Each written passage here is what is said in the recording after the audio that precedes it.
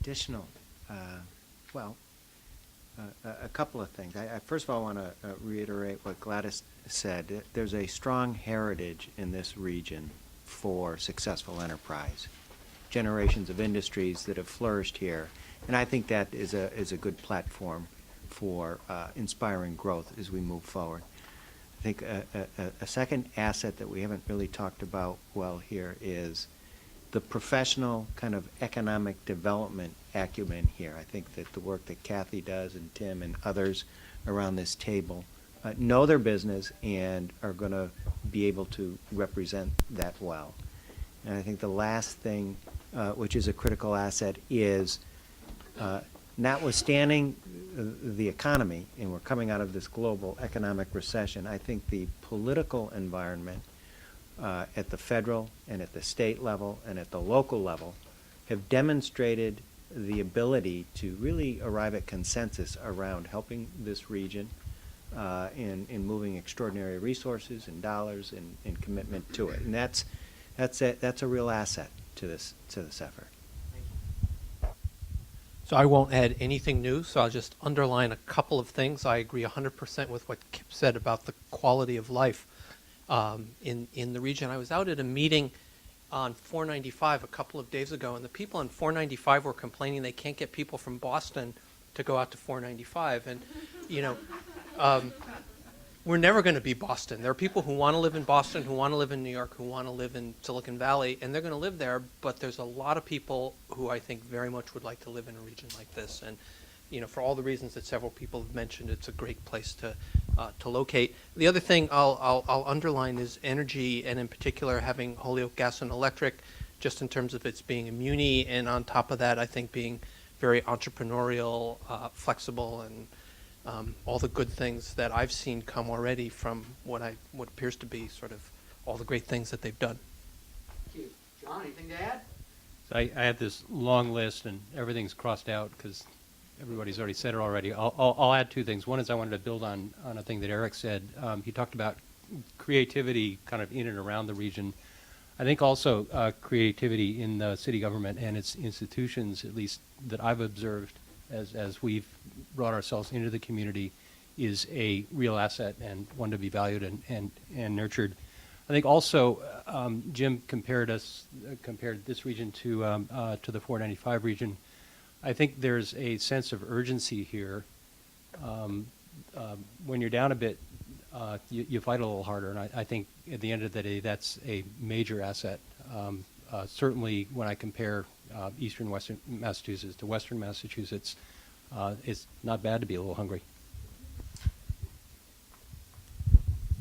I'll just dwell on the ones that maybe haven't been mentioned, but I'll just repeat. I'd say talent, location, combined with mobility assets, connectivity.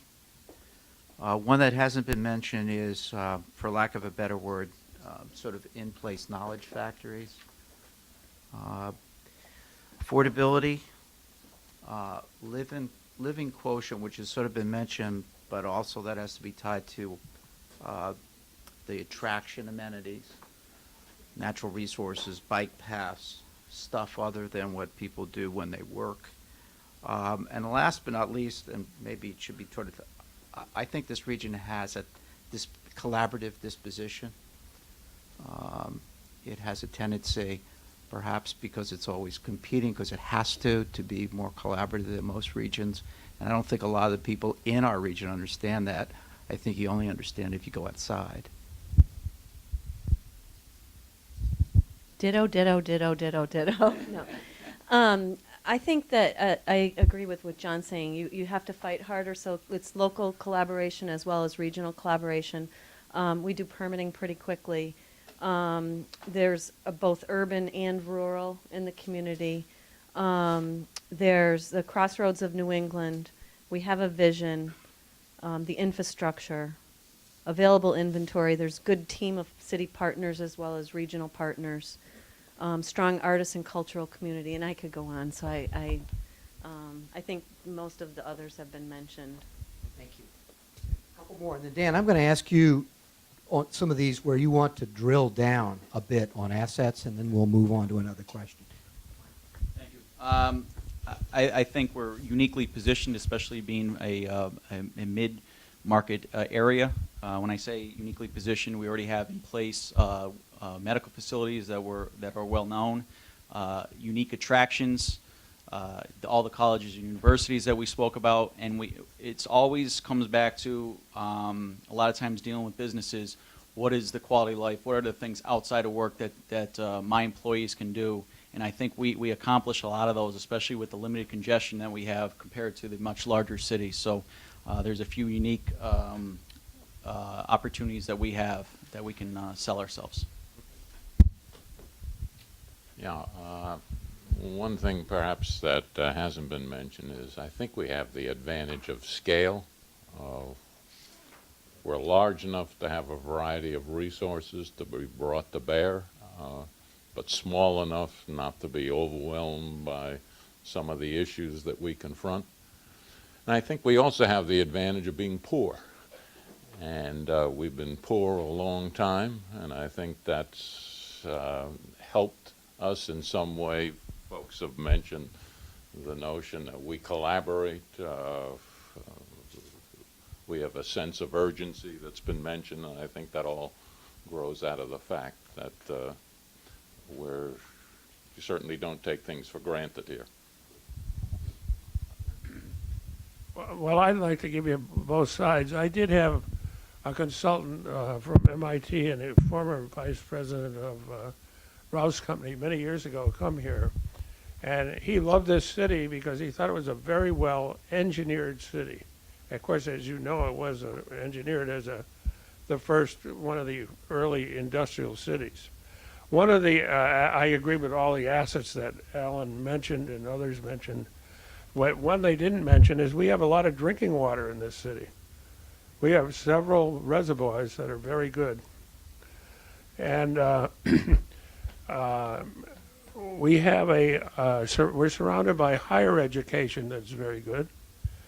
We have, as somebody has said, we have an excellent highway system.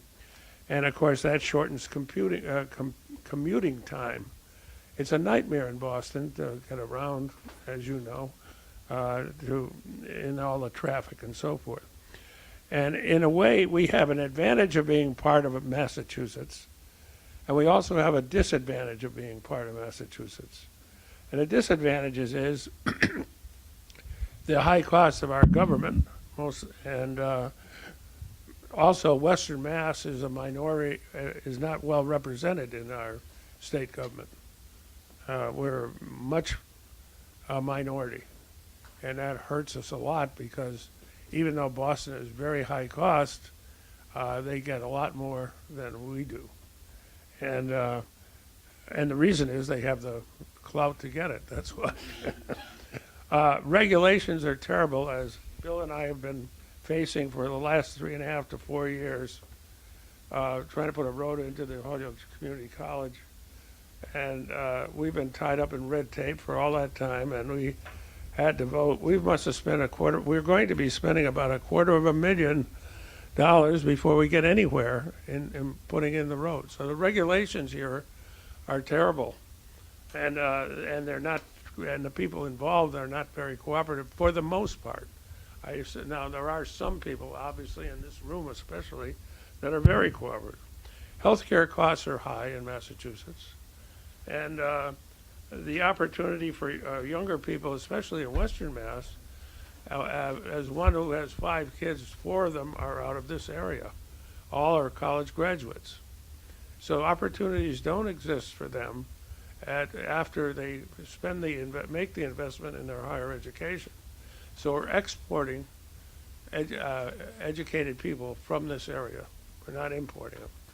And our public education, as somebody said, needs great improvement too. Thank you. Just very quickly, since we're getting to the end, Natalie gets to be the very last. I don't know if there's anything left after that. But I do think about, what can we claim that nobody else can? And a lot of things we talked about, and especially what Alan talked about, I agree with wholeheartedly. and a lot of the things that we talked about can be claimed by others. But it comes back for me to the water assets that we have here. We have sustainable power resources, and very few people can lay claim to that. And there's something just about the idea of this. The city's here because of the water resources, and as you look at it now, it's a lot of what we have is because of the water resources. Let's face it. That's one of the reasons why we're having this here is because the river's here, and if we didn't have a river and the water sources, it'd probably be a different conversation. So I put that out there. Also, I think, we have an inventory of real estate that's just waiting for a higher use. And, certainly areas like Cambridge, it's a problem.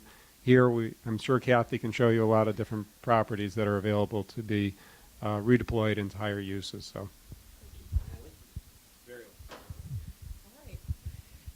I would be remiss because of my boss not to mention the transportation that we have here and the transportation that's coming to us with the relocation of the Connecticut River line to Holyoke. But also I think something that's important has kind of been touched on is the potential for Holyoke, the potential for growth, and the fact that we can be shaped and molded to be whatever pretty much we want and what whomever wants to come here wants us to be. Scalability, absolutely.